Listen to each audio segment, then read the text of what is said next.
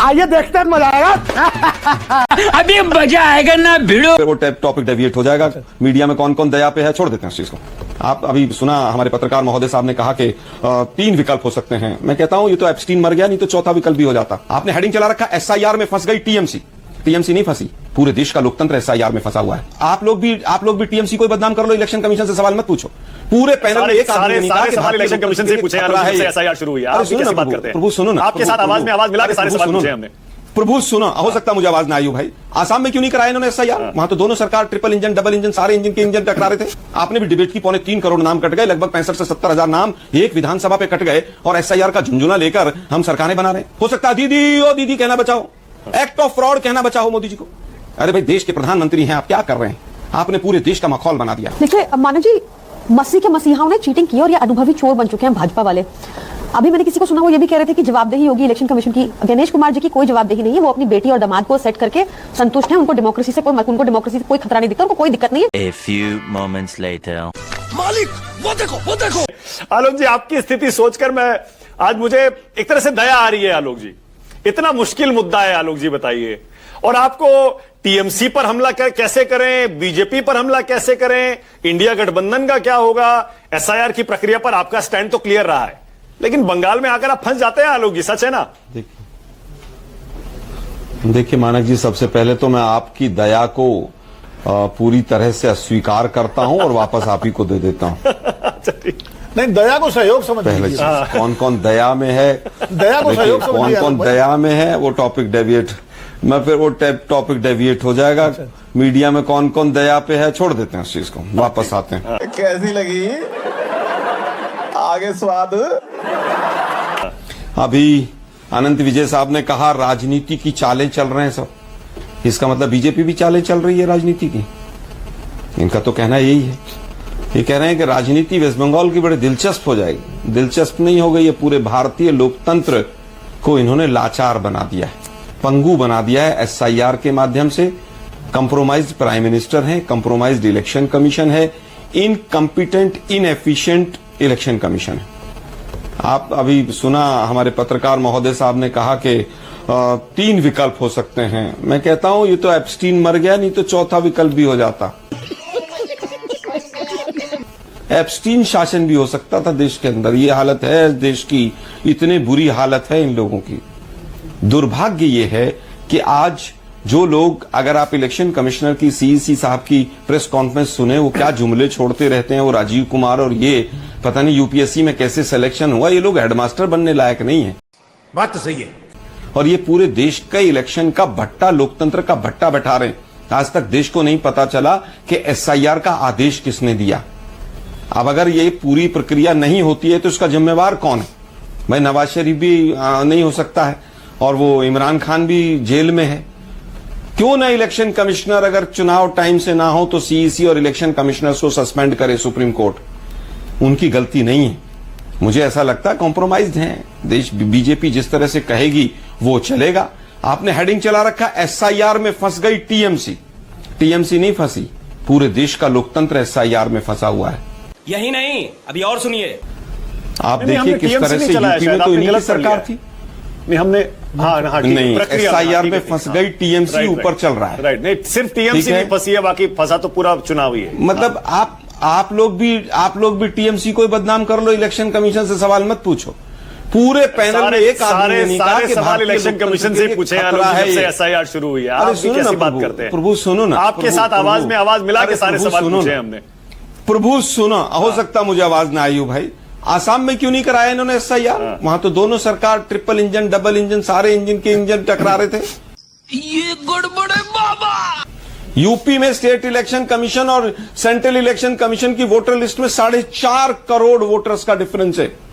आपने भी डिबेट की, 3.25 करोड़ नाम कट गए, लगभग 65 से 70 हजार नाम एक विधानसभा पे कट गए, और एसआईआर का झुंझुना लेकर हम सरकारें बना रहे हैं। दुर्भाग्य यह है कि आज वैसे तो इलेक्शन की कोई जरूरत नहीं मानव जी, इलेक्शन नहीं होना चाहिए। बड़ी मुश्किल से देश को एक नॉन बायोलॉजिकल महामानव के रूप में 56 इंच का प्रधानमंत्री मिला। क्यों हारते थक गए क्या लोग जी? देशद्रोही हैं आप, हार के थक गए आप कह रहे हैं चुनाव ही मत करो। तरह से इलेक्शन, अरे भाई कांग्रेस ना तो पहले थकी थी ना आज थकी है, कांग्रेस लोकतंत्र के लिए लड़ रही है। तो एक काम करिए ना फिर लोकतंत्र का जिस आलोक जी, तरह अब से सही तीर मुद्दे पर हरण हुआ। आइए। अब आइए असल मुद्दों पर। अभी तो आपने आसान आसान बॉल पर मार लिया, चौका छक्का जो भी मारना था। अब आइए और मैं बताइए, असल- मैं राष्ट्रपति असल शासन पे हूं, लगा मैं असल पे तो हूं। मंजूर होगा या नहीं? एसआईआर की प्रक्रिया बंगाल में कौन रुकवा रहा है बताइए? टीएमसी रुकवा रही है या इलेक्शन कमीशन जानबूझ के फंसा रहा है? बोलिए। देखिए भाई, इलेक्शन कमीशन अगर एसआईआर कर ही नहीं सकता किसी राज्य में तो अनाउंस काहे को किया था भाई इन्होंने? हाँ। अगर आप इतने इनएफिशिएंट हैं कि सुप्रीम कोर्ट की फटकार के बाद भी आप नहीं कर पा रहे हैं, अब हालत यह है कि पहले तो मास्टरों को लगा दिया, पढ़ाना वढ़ाना छोड़ दो, बस एसआईआर पे लग जाओ। अब जजों को भी बुला लिया, न्यायालय के बाहर बुलडोजर खड़ा कर दो और तुम एसआईआर पे लग जाओ। गजब बेइज्जती है। ये तो शुक्र है, मतलब ये इलेक्शन कमीशन जो है वो यूथ कांग्रेस के लड़कों को ढूंढने नहीं जा रहा है। मतलब कौन क्या काम करेगा इस देश में, कहां देश को पहुंचा दिया इन्होंने। यूथ कांग्रेस की टी शर्ट ढूंढने कहीं इलेक्शन कमीशन ना लग जाए अब। अरे अच्छा, भाई, आपको आप क्या लग रहा है कर आलोक रहे हैं जी? देश में? आपको क्या लग रहा है, कई टाइम से राज्यों हो की- पाएगी पूरी प्रक्रिया, नहीं हो पाएगी? देखिए, मुझे लगता है पहली चीज, दो सवाल हैं। प्रक्रिया ठीक से हो पाएगी कि नहीं? बिल्कुल नहीं होगी। टाइम से हो पाएगी कि नहीं हो पाएगी? इलेक्शन कमीशन और बीजेपी बता सकते हैं। यही दोनों हाथ मिलाए हुए एक दूसरे से जुगलबंदी है। तू समझा? हाँ। नहीं, तू समझा नहीं। इलेक्शन कमीशन से सवाल करो तो बीजेपी जवाब देने आ जाती है, बीजेपी से सवाल करो तो इलेक्शन कमीशन जवाब देने आ जाता है। कंप्रोमाइज्ड हैं दोनों आपस में। आलोक जी, राष्ट्रपति शासन दिक्कत ये लगा है तो मानक आपका जी, स्टैंड क्या होगा? आपने कहा 7 की जगह, एक मिनट, अंतिम बात कह रहा हूं कि 7 की जगह 4 फेज में करा लीजिए। ओके। बिल्कुल नहीं होगा। मोदी जी जितने फेज में चाहेंगे उतने में होगा। मोदी जी को भी पंडित नेहरू को हो सकता है गालियां देनी बची हो सकता है दीदी ओ दीदी कहना बचाओ, एक्ट ऑफ फ्रॉड कहना बचाओ मोदी जी को। अरे भाई, देश के प्रधानमंत्री हैं आप, क्या कर रहे हैं? आपने पूरे देश का माहौल बना दिया।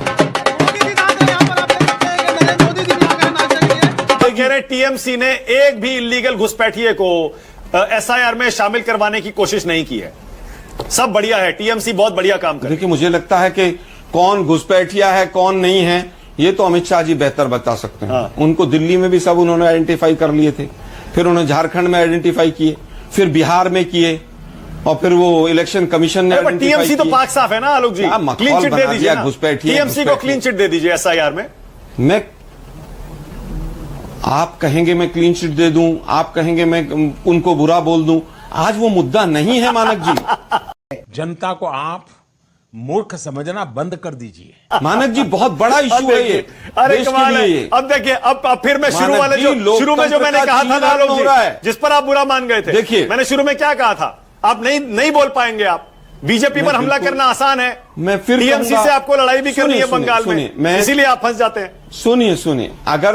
सुनिए, अगर ममता बनर्जी जी के किसी भी कार्य के लिए आलोचना करनी होगी तो आलोक शर्मा सबसे पहला आदमी होगा, करूंगा। हाँ। जिस दिन समीक्षा करनी होगी सबसे पहले मैं आलोचना से ही शुरू करूंगा। हाँ। आज का विषय नहीं है मानक जी, आज का विषय है कि क्या इलेक्शन कमीशन और भाजपा मिलकर ऐसे हालात पैदा कर रहे हैं, सही पकड़े हैं, कि वहां पर जबरदस्ती राष्ट्रपति शासन लगाया जाए। ठीक है, ओके, ऑल राइट, तो ही सिरा जवाब दीजिए, उसके बाद प्रियंका हालात बोलिए, तो ही जवाब हालात दीजिए। पैदा करने के लिए जिम्मेदार कौन है? देखिए, कांग्रेस पार्टी आजकल बहकी बातें करती है।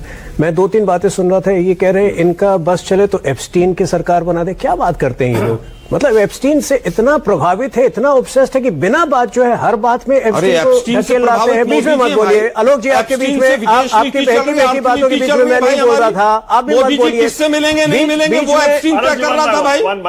ये तरीका भी मुझे ही सिखाना पड़ता है इनको।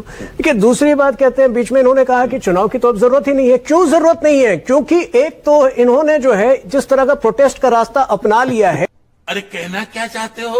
अर्बन नक्सली प्रोटेस्ट का। दूसरी तरफ इनको भी पता है कि चारों राज्यों में इनका कोई दूर दूर तक स्कोप नहीं है। तमिलनाडु में डीएमके जो है इनको 25 से ज्यादा सीटें नहीं दे रही, तो स्वाभाविक है कि कांग्रेस में निराशा है, वो किसी भी चीज का विरोध करेगी। तीसरी, वो कह रहे हैं कि अगर आप मुख्यमंत्री बन जाए तो आप भी जो है ममता बनर्जी, ये सब क्या बातें करती है कांग्रेस पार्टी। तो कांग्रेस पार्टी को मुझे नहीं लगता है कि सीरियसली लेना चाहिए।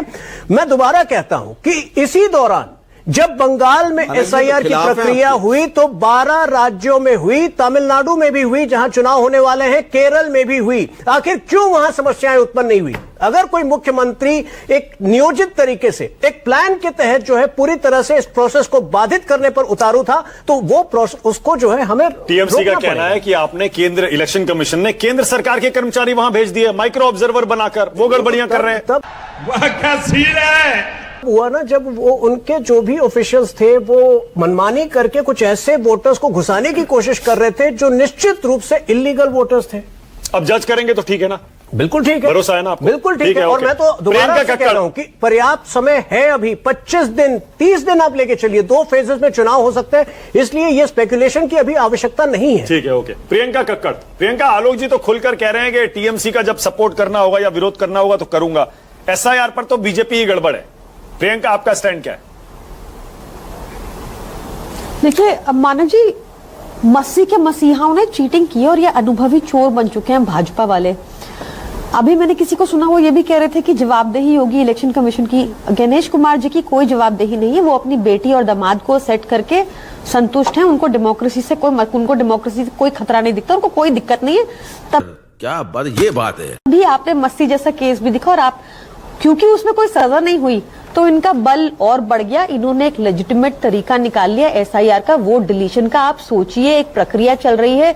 जब 2019 के चुनाव हुए, 21 के चुनाव हुए, 24 के चुनाव हुए, कोई दिक्कत नहीं थी। अचानक से लोकसभा के बाद इनको एसआईआर करना था क्योंकि इनको दिख गया कि लोग इनको सपोर्ट नहीं कर रहे। मानक जी, आज हमारे देश में बीजेपी को कोई सपोर्ट नहीं करता और अगर ये एसआईआर की प्रक्रिया का साथ ना हो तो ये एक जगह चुनाव नहीं जीत सकते।